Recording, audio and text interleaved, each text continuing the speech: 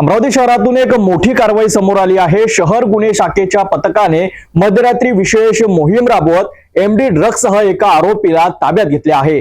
कोतवाली police station हद्दीत ही कारवाई करण्यात आली। नेमकं काय आहे प्रकरण पाहूया सविस्तर रिपोर्टमध्ये। बुधवारी रात्री साधारणतः 2:30 सुमारास अमरावती शहर गुन्हे शाखेच्या पथकाने गुप्त माहितीच्या आधारे कारवाई केली।